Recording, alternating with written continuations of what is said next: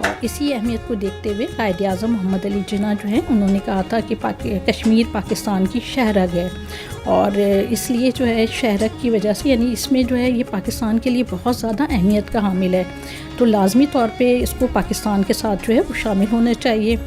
تو اس وقت جو ڈوگرا راجا تھا اس نے انڈیا کے ساتھ جو ہے الحاق کر لیا، اور اس وقت بارڈر پہ جو ہے وہ جنگ ہوئی، اور اس میں جو کشمیری مجاہدین تھے ان کے ساتھ ہمارے جو ہیں یہاں سے ناردرن ایریاز سے جو ہے لوگ گئے، اس طرح پاکستانی فوج کی بھی سپورٹ رہی، اور اس میں سے ہم نے جو ہے نا کچھ حصے کو آزاد کیا جو کہ ہم آزاد کشمیر کہتے ہیں، اور باقی حصہ جو ہے وہ انڈیا کے پاس رہا جس کو ہم مقبوضہ کشمیر کہتے ہیں۔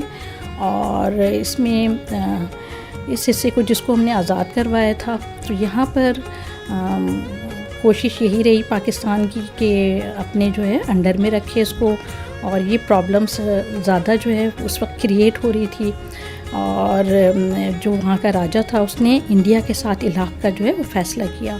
تو 27 اکتوبر 1947 میں اس نے انڈیا کے ساتھ الحاق کیا، اور 24 اکتوبر 1947 میں آزاد کشمیر جو ہے وہ پاکستان کے پاس آیا تھا۔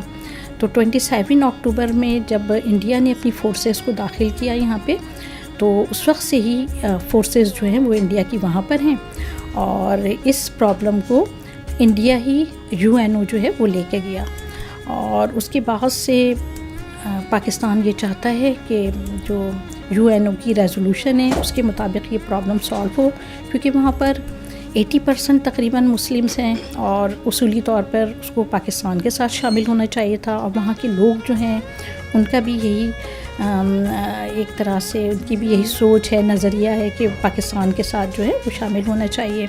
تو اس طرح سے یہ پرابلم جو ہے پاکستان کے قیام سے ہی یہ پرابلم جو ہے وہ اب تک چلی آ رہی ہے، اور تقریباً 77 ایئرس ہو چکے ہیں، اور 77 ایئرس ہونے کے باوجود بھی یہ پرابلم جو ہے وہ ابھی سالو نہیں ہو سکی ہے۔ اس کی مزید اہمیت اب میں ڈاکٹر سہیل سے کہوں گی کہ سر اس کے اوپر آپ کچھ اور جو ہے ایڈ آن کرنا چاہیں، اور یہاں پہ میں ریکویسٹ کروں گی کہ آرٹیکل 370 کو جو ہے ضرور ڈسکس کریں کہ یہ کیا ہے، اس حوالے سے اس کا اور پس منظر آپ ڈیفائن کریں۔ Thank you very much. ہم آغاز کرتے ہیں، میڈم نے بہت اچھا ایک اس کا تاریخی پرسپیکٹیو دیا، میں بھی تھوڑا اس میں ایڈ کرنا چاہتا ہوں۔ دیکھیے یہ کشمیر جو ہے روایتی طور پر مغل سلطنت کا حصہ تھا۔ شاہ جہان اور اورنگزیب عالمگیر کے بارے میں کہا جاتا ہے کہ وہ چھٹیاں گزارنے، تعطیلات گزارنے وہاں جایا کرتے تھے، بلکہ جہانگیر کی تو ڈیتھ ہی کشمیر میں ہوئی تھی، اس سے واپس لاتے ہوئے۔ اورنگزیب عالمگیر تک یہ ان کے پاس تھا، مغل سلطنت کے پاس۔ اس کے بعد شاہ عالم ثانی کے دور میں جب نادر شاہ نے حملہ کیا ایران کے بادشاہ نے، تو اس نے کشمیر کے علاقے کو اپنی قلمرو میں شامل کر لیا، اور یہ بڑا کم ریفرنس آتا ہے ہمارے یہاں پہ۔ چونکہ اس وقت تک بارڈر امورفس ہوتے تھے، ان کی کوئی خاص انہیں ڈیفائن نہیں کیا ہوا ہوتا تھا، لمیٹیشن اس طرح نہیں ہوتی تھی، بس یہ ہوتا تھا کہ سرحد پہ یہ قصبہ ہمارا ہے تو وہ قصبہ آپ کا اس طرف سے، اس طرح لائن نہیں بنی ہوئی ہوتی تھی۔ تو جب انڈیا نے پہ برٹش فورسز نے قبضہ کر لیا تو انہوں نے ایک میکموہن لائن بنائی جو انڈیا کے اور چائنا کے درمیان جو تبت کا علاقہ تھا اس سے وہ کرتی تھی، لیکن یہ ایک خاص جگہ پہ آ کے رک جاتی تھی، اس جگہ تک جہاں تک کہ تبت کا علاقہ جو لداخ سے پہلے تک ہے وہاں پہ آ کے رک جایا کرتی ہے۔ اس طرف کا علاقہ جو تھا یہ یہاں جب پنجاب میں سکھ سلطنت کا آغاز ہوا رنجیت سنگھ کی، تو اس نے جب اپنے آپ کو بڑھانا شروع کیا تو اس انگریزوں کے ساتھ اس کی ایک کمپرومائز ہو گیا، یہ ایک ایگریمنٹ ایکچولی ہو گیا تھا، وہ یہ کہ آپ ستلج کے مشرق کی طرف نہیں بڑھائیں گے اپنی سلطنت،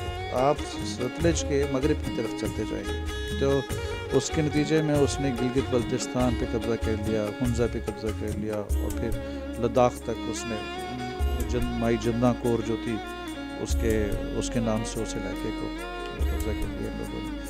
جب بعد میں جندہ کور کا جب رنجیت سنگھ فوت ہو گئے، رنجیت سنگھ کا انتقال ہو گیا، تو جندہ کور کی پھر جب برٹش سے جنگ ہوئی 1845 آئی گیس 1845 یا 1844. اس میں جب جنگ ہوئی تو اس میں سکھوں کو شکست ہو گئی.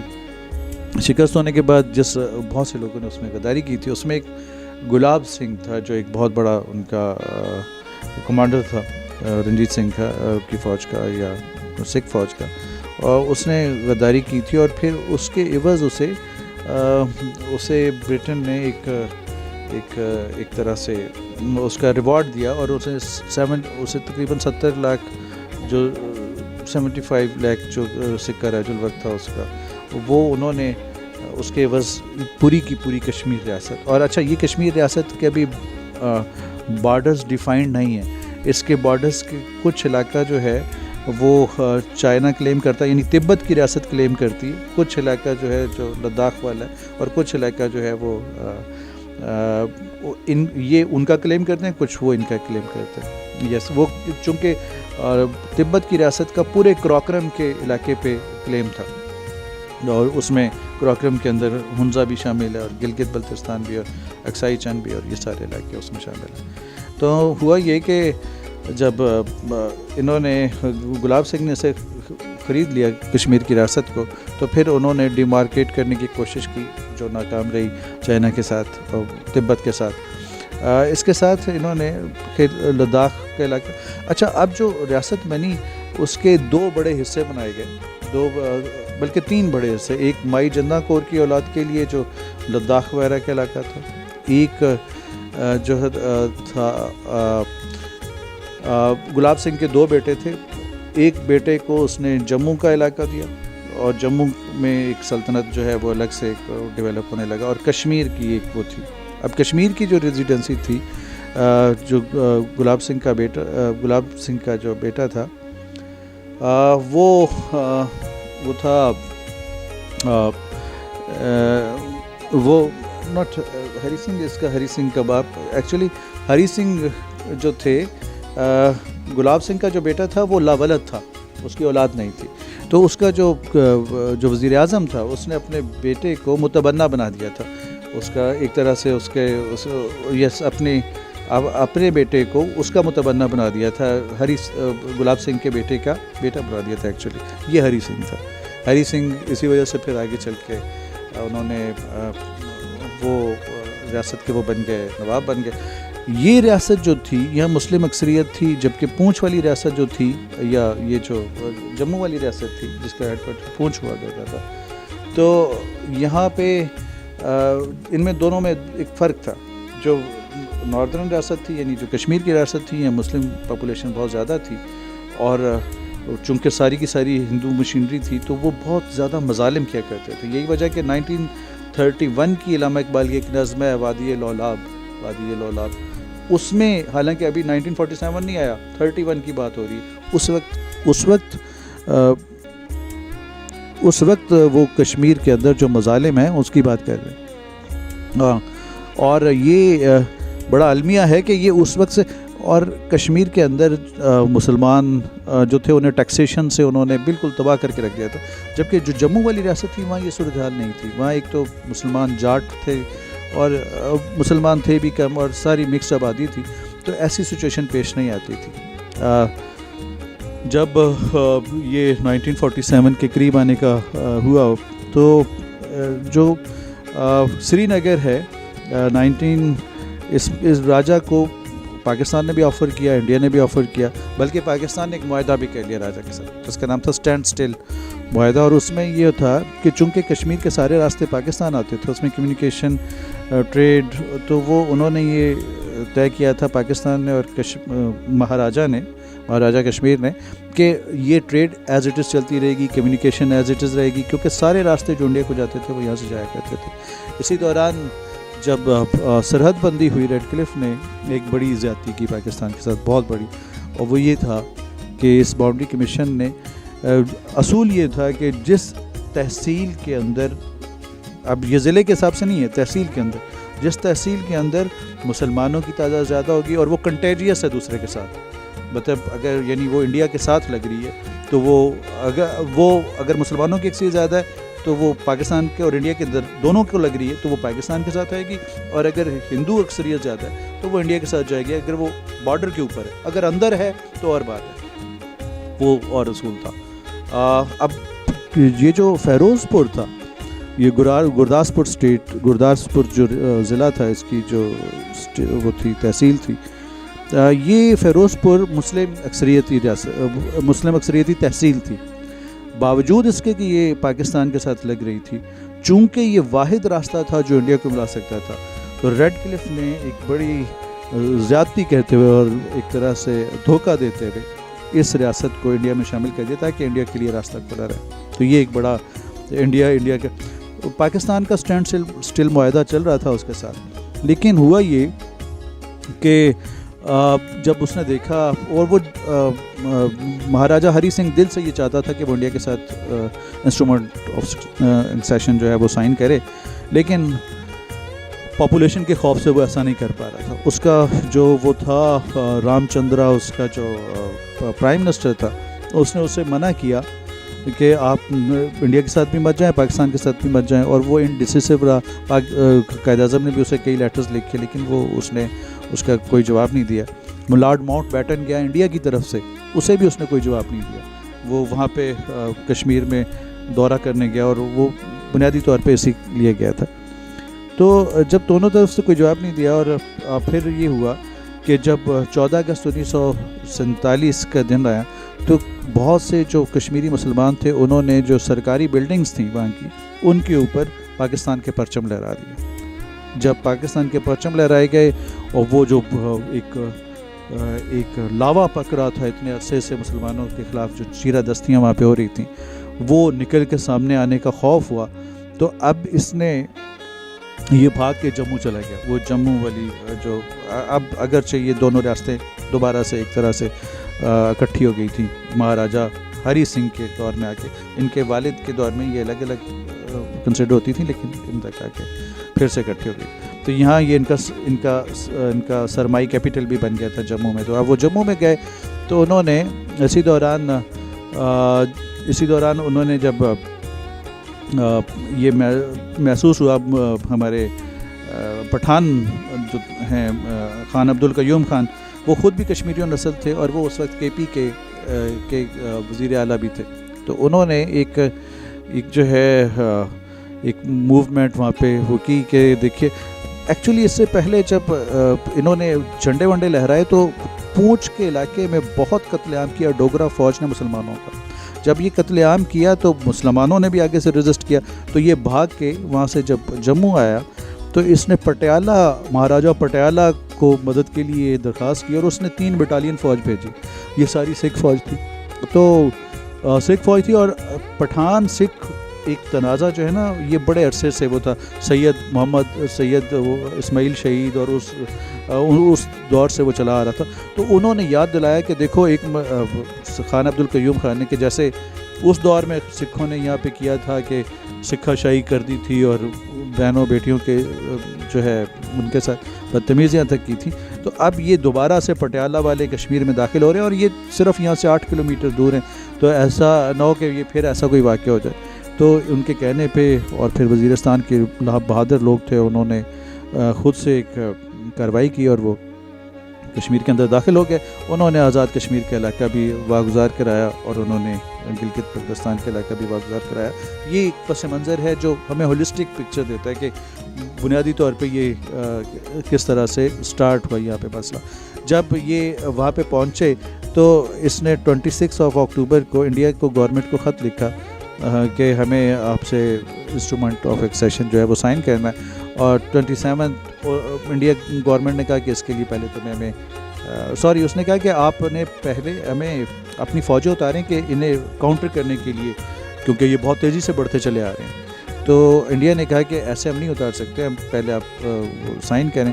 اور انہوں نے جو سائن کیا انسٹرومنٹ آف ایکسیشن, جب ہم اس کی شکیں پڑھتے ہیں, اس کی شکوں میں بھی یہ ہے کہ آپ جو ہے ریاست کی حیثیت کو بالکل کبھی تبدیل نہیں کریں گے ریاستی اسمبلی کی منظوری کے بغیر. اور یہ جو تھا یہ پھر نیگوشیٹ کیا گیا اور انڈین کانسٹیٹیوشن میں ڈالا گیا انڈین کانسٹیٹیوشن میں اس کی جو شکل بنی وہ 370 آرٹیکل تھا, اور 370 آرٹیکل بعد میں انہوں نے آ کے اس گورنمنٹ نے, ہندو انصاف گورنمنٹ نے یہ وعدہ کیا تھا اپنے ووٹرز کے ساتھ کہ وہ اسے ریموو کرے گی, اور اس نے ریموو کر دیا. گویا آپ نے جو انسٹرومنٹ آف ایکسیشن کی جو بنیادی شرط تھی آپ نے وہی وہاں سے وہ ختم کر دی. تو یہ ایک بڑا المیہ ہے کہ اس میں اور بھی بہت سے فیکٹرز ہیں, لیکن المیہ یہ ہے کہ عالمی برادری نے اس پہ کوئی اس کا خاص وہ نہیں لیا, نوٹس نہیں لیا, اور پاکستان جو ہے وہ بھی اپنے کہیں اگرچہ اس نے آواز اٹھائی ہے لیکن یہ آواز اس قدر طاقتور نہیں رہی جیسے اسے ہونا چاہیے تھا. بدقسمتی سے یہ سارا اس کا پس منظر تھا. تو یہ اسی کے ساتھ آرٹیکل سر 370 میں 35A ہے. 35A کے مطابق جو ہے آرٹیکل میں یہ تھا کہ مین جو شعبے ہیں وہ انڈین گورنمنٹس اپنے پاس رکھے گی, جس میں ڈیفینس ہے اور انٹرنیشنل افیئرز ہیں اور کمیونیکیشن ہے نا, یہ اپنے پاس جو ہے انڈیا رکھے گی. باقی جو ہے مقامی لوگوں کو جو ہے وہ دے دیا جائے گا. اور اس میں یہ تھا کہ کوئی اس کا جو غایت تھی وہ یہ تھی کہ یہ یقینی بنانا تھا کہ جو لوکل ڈیموگرافی ہے, جو آبادی کا تناسب ہے, وہ تبدیل نہ ہونے پائے. اور اب حکومت نے, ہندوستانی حکومت نے جو کرنا شروع کر دیا وہ یہ ہے کہ کشمیر کی ڈیموگرافی چینج کرنا شروع کر دی. وہاں بہت سے باہر سے لوگوں کو لا کے بسایا جا رہا ہے, انہیں ڈومیسائل دیے جا رہے ہیں, جبکہ اس انسٹرومنٹ آف ایکسیشن کے تحت اور جس کا آپ نے تذکرہ کیا کہ اس کی جو ذیلی شک تھی 35A, اس کے تحت باہر کے لوگوں کو ڈومیسائل ملنا ممکن نہیں, جائیداد وغیرہ خریدنے کا انہیں کو جو ہے وہ رائٹ ہوگا. لیکن اس آرٹیکل کو ختم کرنے کے بعد اب جب دوسرے لوگ یہاں پر آئیں گے تو ظاہر ہے کہ وہ اس کی جو ڈیموگرافی ہے وہ چینج ہو جائے گی. ہاں, اس کی جو فیچر ہے کہ وہ ایک اسلامک اسٹیٹ ہے, اسے وہ تیزی سے بدلنے پر عمل درآمد کر رہے ہیں, اور اس کے لیے انہوں نے کئی اسٹیپس اٹھائے. میں انسٹرومنٹ آف ایکسیشن کی وہ پڑھ رہا تھا, شیکیں پڑھ رہا تھا, اس میں یہ بھی یہاں تک تھا کہ اگر انڈین گورنمنٹ بھی کوئی پراپرٹی خریدنا چاہے وہ بھی نہیں خرید سکے گی, اور وہ بھی اگر خریدنا چاہے گی تو وہ تھرو می یعنی مہاراجا یا پھر اس کے ریپرزنٹیٹیو کے طور پہ جو اسمبلی ہے وہاں کی کانسٹیٹیوئنٹ اسمبلی, اسے وہ ریکویسٹ کرے گا انڈیا, اور اس کے نتیجے میں اسے جو بھی اسے پراپرٹی چاہیے وہ خرید کے دی جائے گی, اس کے پیسے پہ, گورنمنٹ آف انڈیا کے پیسے پہ اسے خرید کے دی جائے گی. لیکن یہ کہ اگر مقامی لوگ اسے نہیں دیتے تو وہ اسے نہیں خریدا جائے گا. تو یہ ایک بہت بڑی یعنی انسٹرومنٹ آف ایکسیشن بھی بڑی ایک دانش مندی کے ساتھ سائن کیا گیا, اور اس میں بھی کشمیریوں کے حقوق کا وہ خیال رکھا گیا, جس کے اگرچہ نہ تو صرف ہمارے دو مقدمے, ایک تو یہ کہ انسٹرومنٹ آف ایکسیشن انڈیا سے سائن کرنا ہی غلط تھا, دوسرا ہمارا مقدمہ یہ کہ اس کے اندر جو شیخیں ان کا بھی خیال نہیں رکھا گیا. سر آرٹیکل 370 کی جب بات چلی ہے تو میں مزید آپ سے چاہوں گی کہ اس کو تھوڑا سا اور ایکسپلین کریں, پھر ہم جو ہے مس کائنات کی طرف کنٹینیو کریں گے. 370 کو تھوڑا سا مزید اور ایکسپلین کر دیں. اوکے, دیکھیے جب شیخ عبداللہ نے اور جب سائن ہو گیا انسٹرومنٹ آف ایکسیشن اور شیخ عبداللہ کی اسمبلی آ گئی, تو کانسٹیٹیوئنٹ اسمبلی جو تھی کشمیر کی, اس نے ایک قرارداد پاس کی کہ جس میں انہیں بتایا گیا کہ ہم اسے ریکٹیفائی کرتے ہیں اس انسٹرومنٹ آف ایکسیشن کو.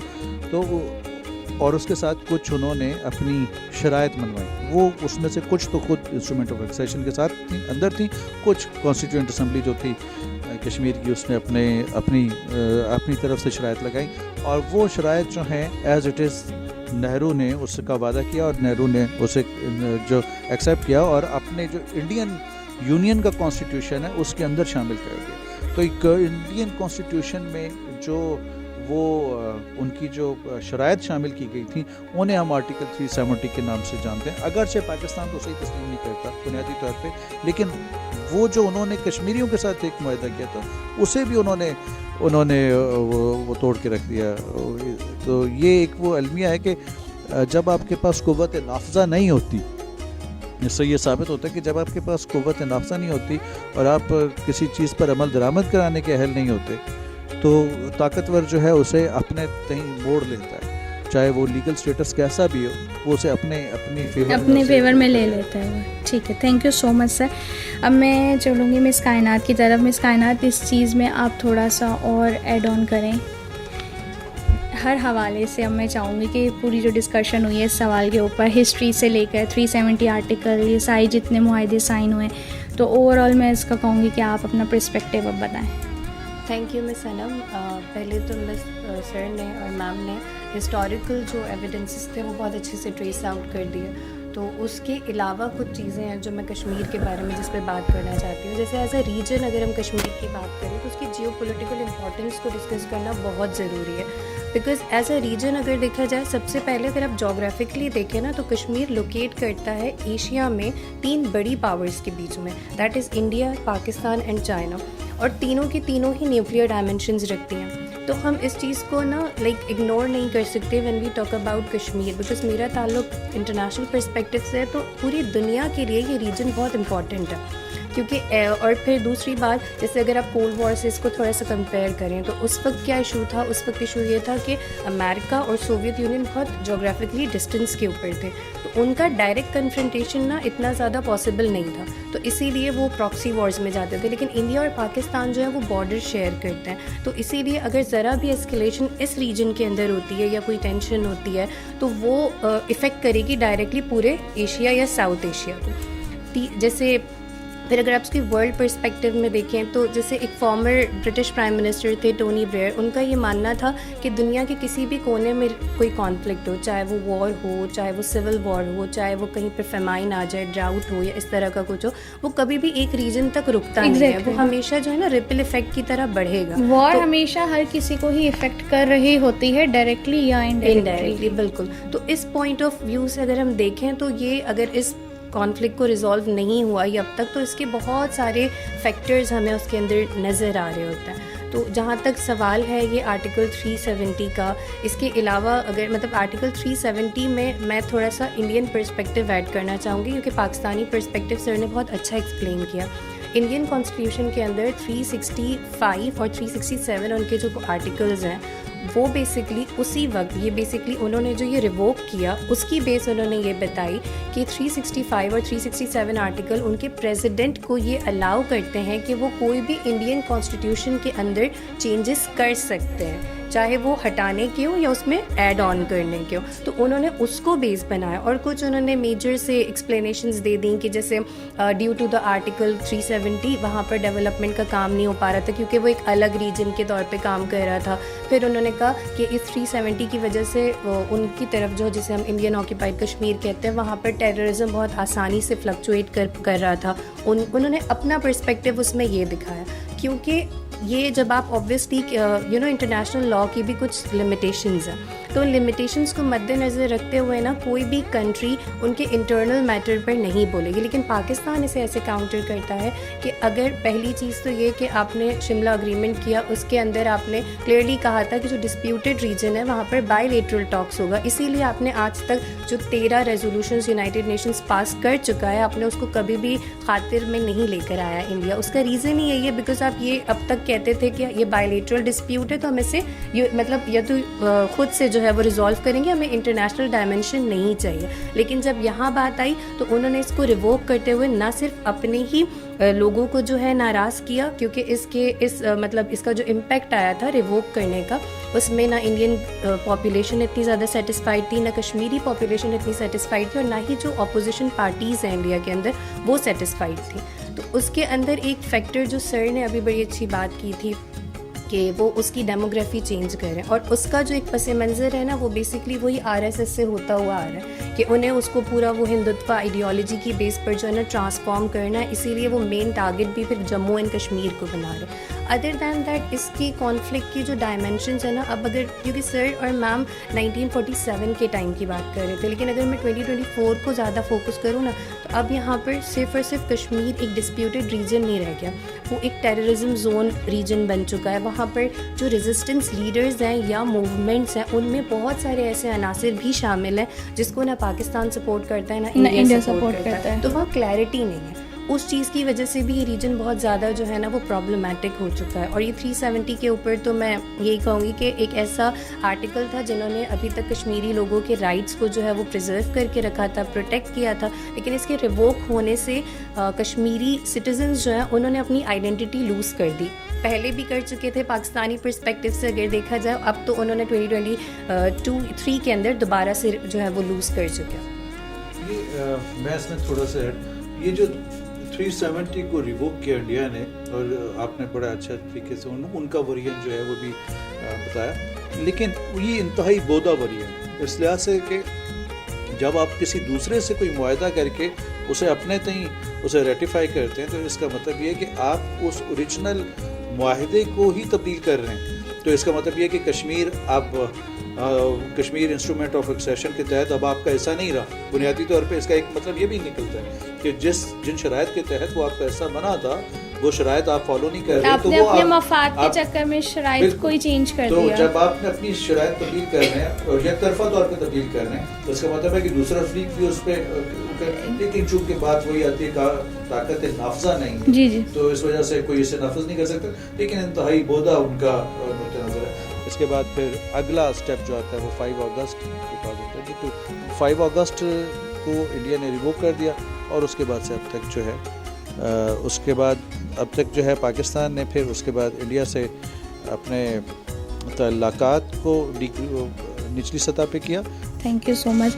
مس کائنات آپ کچھ کہنا چاہ رہی تھیں؟ جی مس, میں اس میں تھوڑا سا ایڈ آن کرنا چاہتی ہوں. جیسے سر نے یہ والا پرسپیکٹیو اٹھایا تھا نا کہ وہاں ڈفرینٹ مطلب کہ پرسیپشنز ہیں, تو کشمیر کا جو یہ پورا کانفلکٹ ہے اب یہ صرف انڈیا یا پاکستان کے اسیشن کا نہیں رہ گیا. تو جو وہاں پر جتنے بھی ریزسٹنس لیڈرز ہیں ان کی بھی کیٹیگریز بن گئی ہیں نا. جیسے اگر آپ حریت کانفرنس کی بات کریں تو اس میں جتنے لیڈرز ہیں وہ اس میں اسلامک ٹچ بھی دیتے ہیں. پھر وہاں کچھ ایسی خواتین کی بنائی ہوئی موومنٹس بھی ہیں جو کہ جسے لیڈ بھی خواتین ہی کر رہی ہیں, اور ان کا جو مین موٹیو ہے وہ یہ ہے کہ کشمیر کے اندر شریعت نافذ ہو جائے.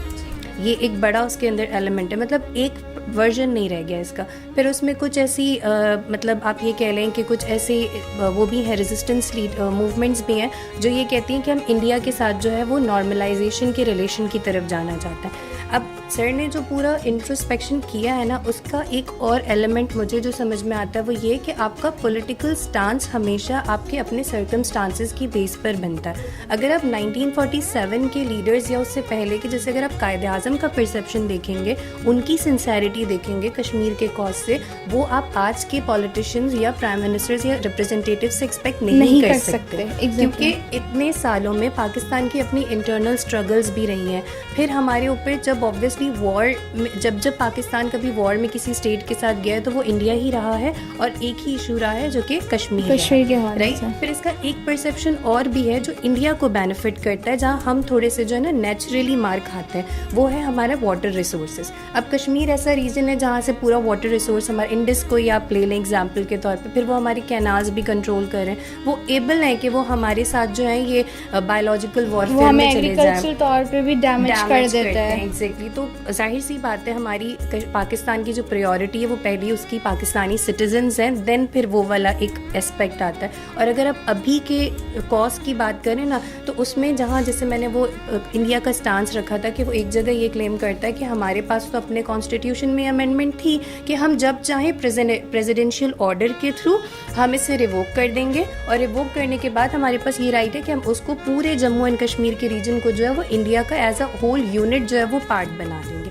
یہاں تک انہوں نے اسے جسٹیفائی کیا, but at the same time then جو کویشچن کرنے والے ہیں وہ یہ کویشچن کرتے ہیں کہ آپ کے 9 لاکھ فوجی کیا کر رہے ہیں اس ریجن میں. اگر صرف کچھ لوگ ہیں جو آپ سے سیٹسفائی نہیں ہیں تو پھر آپ کے 9 لاکھ فوجی اپنے وہاں کیوں اتارے ہوئے ہیں؟ یہ 2022 کے دا ڈپلومیٹ کی رپورٹ کے ریفرنس سے میں آپ کو بتا رہی ہوں, یہ بہت پرانی بات بھی نہیں ہے.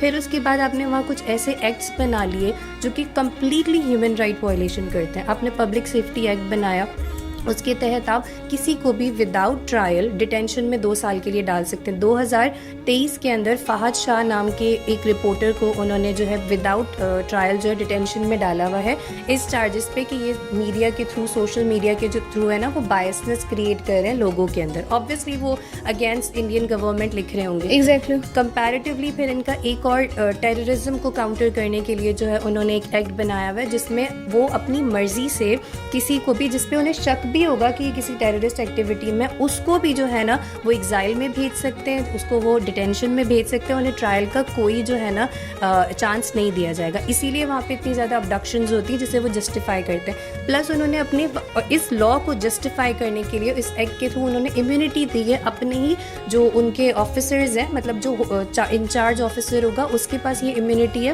کہ وہ جس پہ اسے شک ہو وہ آرام سے جو ہے کاؤنٹر کرے گا. آبویسلی کریڈیبلٹی ہوتی ہے, اکاؤنٹیبلٹی ہوتی ہے, انہیں اس چیز کے لیے کویشچن نہیں کیا جائے گا اگر انہوں نے کسی پہ شک ظاہر کیا اور انہوں نے پکڑ لیا. پلس ان کے پاس ایک اور ایسا وہ ہے ایکٹ ہے جس کے اندر وہ یہ کہتے ہیں کہ اگر انڈین منسٹر کو, پرائم منسٹر کو یا ان کے جو سینٹرل گورنمنٹ ہے ان کو یہ لگتا ہے کوئی ریجن ایسا ہے جو کہ ڈسرپٹیڈ ہے, وہاں پہ وہ اپنی ملٹری ڈپلائمنٹ کر سکتے ہیں, جس کی بیس پر وہ وہاں اپنی پوری ملٹری اتار کر بیٹھے ہوئے ہیں. اور انہوں نے پورے جموں اینڈ کشمیر کے ریجن میں سری نگر سے آگے کی ٹیریٹری کے اندر بھی انہوں نے اسے ڈسٹرپٹیڈ ریجن ڈکلیئر کیا ہوا ہے. پھر اس سے آپ رائٹ ٹو لائف جو ہے وہ وائلیٹ کر رہے ہیں, آپ right to freedom of movement violate کر رہے ہیں, آپ کرفیو لگا رہے ہیں, آپ کے پاس اسالٹس ہو رہے ہیں, آپ سٹیزن کی فریڈم کو آپ وہ کر رہے ہیں. ایگزیکٹلی. اگر آپ مطلب آپ ان کے سٹانس کو اگر آپ ان کے ایکشن سے کمپیئر کریں, جہاں وہ کہہ رہے ہیں کہ ہم نے ڈیولپمنٹ کے لیے جو ہے یہ آرٹیکل ریووک کیا ہے, وہاں ان کے ایکشنز دیکھیں جو انہیں مزید پسماندگی کی طرف لے کر جائیں. تو یہ انڈیا کی ہپوکریسی ہے اس سٹانس پہ. اس میں ایک چیز, یہ جو قانون ہے اس کا نام ہے ٹاڈا. جی, ٹاڈا قانون جو ہے بنیادی طور پہ پہلے پورے انڈیا پہ نافذ تھا, لیکن اس وقت جو آئین کے لحاظ سے انہوں نے اسے کشمیر اسپیسیفک کر دیا. حتیٰ کہ ایک مرتبہ کال آئی تھی کہ اسے میزورام میں نافذ کیا جائے, کہ میزورام میں بھی بڑی وہ ہو رہی تھیں, جھڑپیں ہو رہی تھیں اور بڑے واقعات ہو رہے تھے. تو انہوں نے کہا نہیں, یہ صرف کشمیر اسپیسیفک ہے, تو کشمیر کے لیے اسپیسیفک. اور اس کے اندر اس میں انسانی حقوق کی ایسی خلاف ورزیاں اس کے تحت کی جاتی ہیں, لوگوں کو جبری لاپتہ کرنا, ان کا ماورائے عدالت قتل, اور پھر کسی کی وہ نہیں ہے, کسی کو آپ عدالت میں جا کے اس کے خلاف کارروائی نہیں کر سکتے. جیسے میڈم نے کہا کہ انہیں ذمہ دار قرار نہیں دیا جا سکتا جو آفیسرز ہیں, ان کے آفیشلز ہیں. تو یہ ایک ڈریکونین قانون ہے جو وہاں پہ ٹاڈا کا قانون جو ہے, جسے بھارتی فوج استعمال کرتی ہے کشمیریوں کے حقوق کو غصب کرنے کے لیے اور ان کے ساتھ زیادتیاں اور وہ کرنے کے لیے,